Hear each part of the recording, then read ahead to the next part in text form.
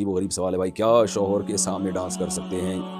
Nahid Khan India سے: میرے شوہر سے میری بہت لڑائی ہوتی ہے، وہ بھی مجھے برا بھلا بولتے ہیں اور میں بھی بہت کچھ بول دیتی ہوں. کیا میری بد کلامی کی معافی ہو جائے گی؟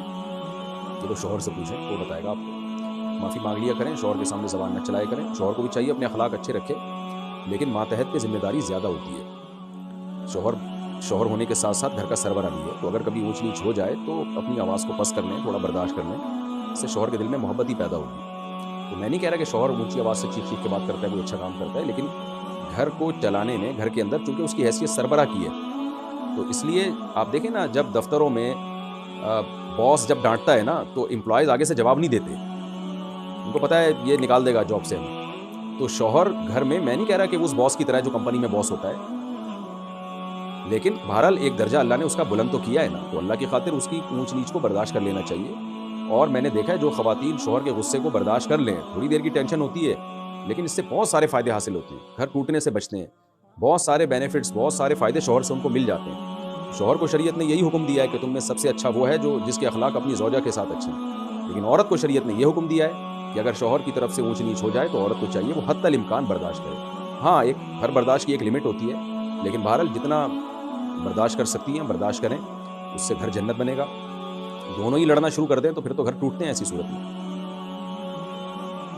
قاسم محمد فیصل آباد سے: دیکھو اس کی مثال ایسے ہے کہ آگ میں آپ پیٹرول ڈال دیں تو وہ تو بھڑک جائے گی نا، آگ میں ہمیشہ پانی ڈالا جاتا ہے. شوہر غضبناک ہے، جیسے توے پہ بیٹھا ہوا ہے، ایسا ہی ہوتا ہے عام طور پہ، 2 فٹ اچھل رہا ہے، تو بیوی بھی اسی طرح اچھلنا شروع کر دے، اس کا مطلب تو ہے وہ پہلے آگ لگی ہوئی تھی، آپ نے اس میں پیٹرول ڈال دیا، اس کا رزلٹ کیا نکلے گا؟ تباہ ہو جائے گا گھر. ہم نے اپنے بڑوں میں دیکھا، ایک کو غصہ آتا تھا دوسرا تھوڑا برداشت کر لیتا تھا، بہت دیکھا ہے ہم نے.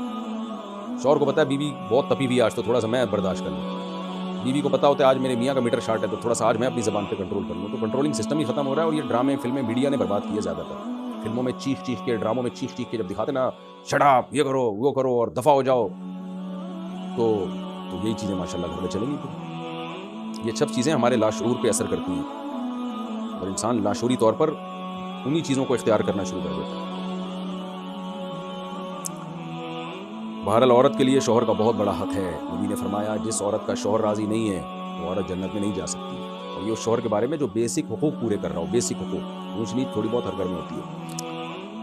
اچھا بھائی، روزیہ بی میانمار سے یعنی برما سے انہوں نے سوال پوچھا ہے: کیا لڑکیاں اپنے بالوں کو مشین سے سیدھا کر سکتی ہیں؟ جی بالکل سیدھا کر سکتی ہیں، کوئی حرج نہیں ہے اس میں. جن کے سیدھے بال ہیں وہ مشین سے ٹیڑھا بھی کر سکتی ہیں. عجیب فیشن ہے، جن کے خواتین کے سیدھے بال ہوتے ہیں وہ مشین کے ذریعے ان کو گھنگریالے بنا رہی ہوتی ہیں، جن کے گھنگریالے ہوتے ہیں وہ سیدھا کر رہی ہوتی ہیں بالوں کو، جیسے اچھا لگے.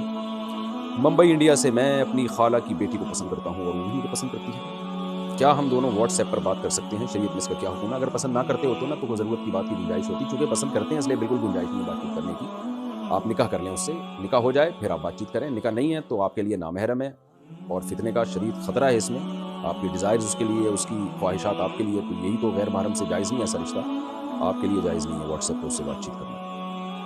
یہ پیکیج آپ کے لیے تو ہے ہی نہیں. ویسے تو کسی کے لیے بھی نہیں ہے اپنی خالہ زاد بہن سے بے تکلف ہونا، کیونکہ وہ سگی بہن نہیں ہوتی، لیکن بہرحال ضرورت کے وقت بات کرنی پڑ جاتی ہے بعض دفعہ. لیکن آپ کا تو کیونکہ ایک دوسرے کی طرف میلان ہے، آپ کے لیے تو ضرورت کے وقت بھی بات صحیح نہیں ہے، بلکہ کسی کے ذریعے سے کوئی بہت ضروری بات بھی ہو تو کسی ذریعے سے پیغام دلوائیں کہ آپ کے خراب ہونے کا بہت خطرہ ہے، بہت خطرہ. اویس صاحب کشمیر سے کہتے ہیں: کیا شادی سے پہلے لڑکا اور لڑکی کے نام کا جوڑ دیکھنا ضروری ہے؟ نام کا کوئی جوڑ ووڑ نہیں ہوتا. بعض دفعہ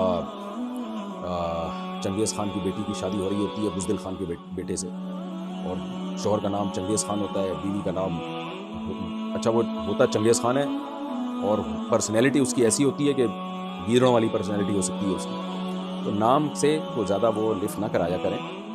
اور یہ جو ناموں کے جوڑ نکال کے دیکھ رہے ہوتے ہیں یہ شادی اس کی میچنگ کی ہے، یہ سب بیکار باتیں ہیں، توہم پرستی ہے جس سے نبی صلی اللہ علیہ وسلم نے روکا ہے.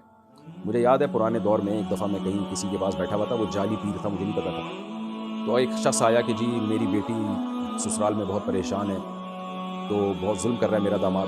تو اس جعلی پیر نے کہا کہ تمہیں میں نے بتایا تھا کہ دونوں کے پتھر ملتے نہیں ہیں، اس کے پتھر الگ ہے، اس کا پتھر الگ ہے، پتہ نہیں کیا نکالا ہوا تھا. تو میں نے تو پہلے ہی کہہ دیا تھا یہ جوڑ کی شادی نہیں ہے. تو یہ پھینکو ہوتے ہیں.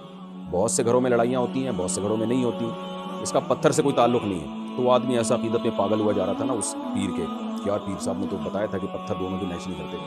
پیر صاحب پھینکو تھا ایک نمبر کا. اور اپنی بیوی کمبخت کی لڑکے گئی ہوئی تھی. تو ایسے لوگوں کی نا اکثر یہی ہوتا ہے, اپنی بیویاں لڑکے گئی ہوئی ہوتی ہیں. تو یہ جہالت کی چیزیں ہیں جس کو اسلام نے ختم کیا ہے. تبھی تو ہمیں بتایا گیا کہ جو کاہن کے پاس آئے, نجومی کے پاس آئے, جو اس طرح کی باتیں کرتے ہیں ستاروں اتاروں کی, تو اس نے اللہ اور اس کے رسول صلی اللہ علیہ وسلم کا انکار کیا, قرآن کا انکار کیا. حدیث کا مفہوم پیش کر رہا ہوں اپنے الفاظ میں, کیونکہ قرآن کہتا ہے غیب کا علم اللہ کے سوا کسی کو نہیں ہے. تو پتھروں سے کچھ نہیں پتہ چلتا, نہ ناموں سے پتہ چلتا ہے کہ یہ جوڑ ہے یا بے جوڑ ہے. عادتوں سے پتہ چلتا ہے, خاندان سے پتہ چلتا ہے. لہذا عادت کو, خاندان کو, فیملی کو, ان چیزوں کو فوکس کرنا چاہیے کہ خاندانی لوگ ہیں یا نہیں ہیں. خاندانی کی غیر خاندانی میں شادی ہو جائے تو بھی عذاب ہے, غیر خاندانی کی غیر خاندانی میں ہو جائے پھر چل جاتا ہے. دونوں ایک ہی جیسے ہوتے ہیں, دونوں ایک نمبر کے بدتمیز ہوتے ہیں تو گاڑی چل جاتی ہے. مسئلہ جب بھی ہوتا ہے ایک اچھے خاندان کا اور ایک جو ہے وہ عجیب سے لوگ ہوں تو پھر مسائل کھڑے ہوتے ہیں, وہ ایڈجسٹمنٹ ہی نہیں ہوتی.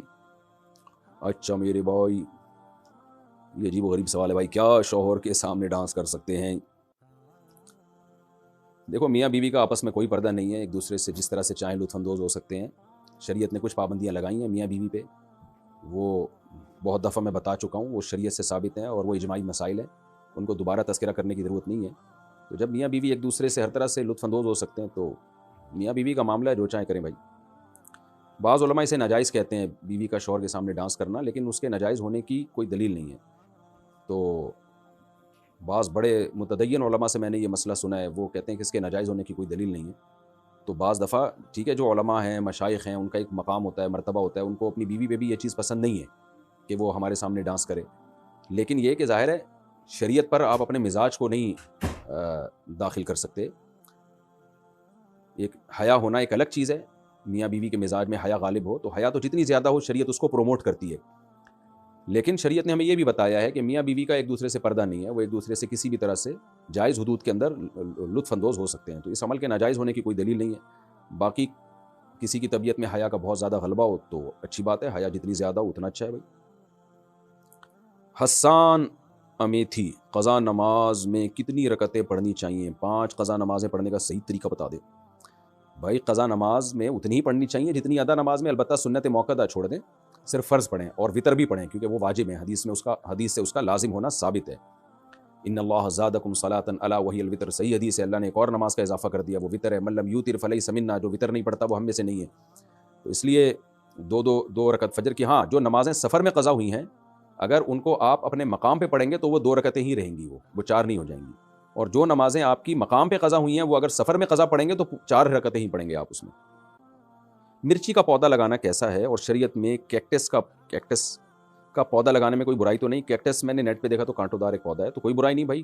ہاں کسی کو کانٹے چبونے کی نیت سے لگائیں تو ایک الگ بات ہے, پودا کوئی بھی لگایا جا سکتا ہے. باقی مرچی کا پودا لگانا اگر غلط ہے تو میرا تو کھانے کا ٹیسٹ ہی ختم کر دیا آپ نے. کھانے میں تو ہری مرچیں بہت کھاتا ہوں بھائی, جب دعوت میں جاتا ہوں لوگ میرے سامنے ہری مرچیں لا کے رکھ دیتے ہیں, اور سالن میں پکی ہوئی ہری مرچیں الگ سے میں تلاش کر رہتا ہوں, ان میں زیادہ ٹیسٹ ہوتا ہے. تو اگر پودا لگانا ہی ناجائز ہو گیا تو ہماری آپ نے زندگی کی خوشیاں چھین لی میرے بھائی. تو جائز ہے, کوئی حرج نہیں. میرا خیال ہے آپ کا مقصد یہ ہے کہ شاید کھیتوں میں تو صحیح ہو, گھر کے اندر مرچی کا پودا لگائیں گے تو ایسا نہ ہو سب کو مرچیں لگ جائیں. پودا لگانے سے مرچیں نہیں لگتی, مرچ کھانے سے مرچیں لگتی ہیں. تو اگر کوئی میری طرح کچی مرچیں کھانا شروع کر دے اور اس کو عادت نہ ہو, میری طرح عادت نہ ہو, تو پھر اس کو مرچیں لگیں گی اور پھر وہ ٹینشن دے گا.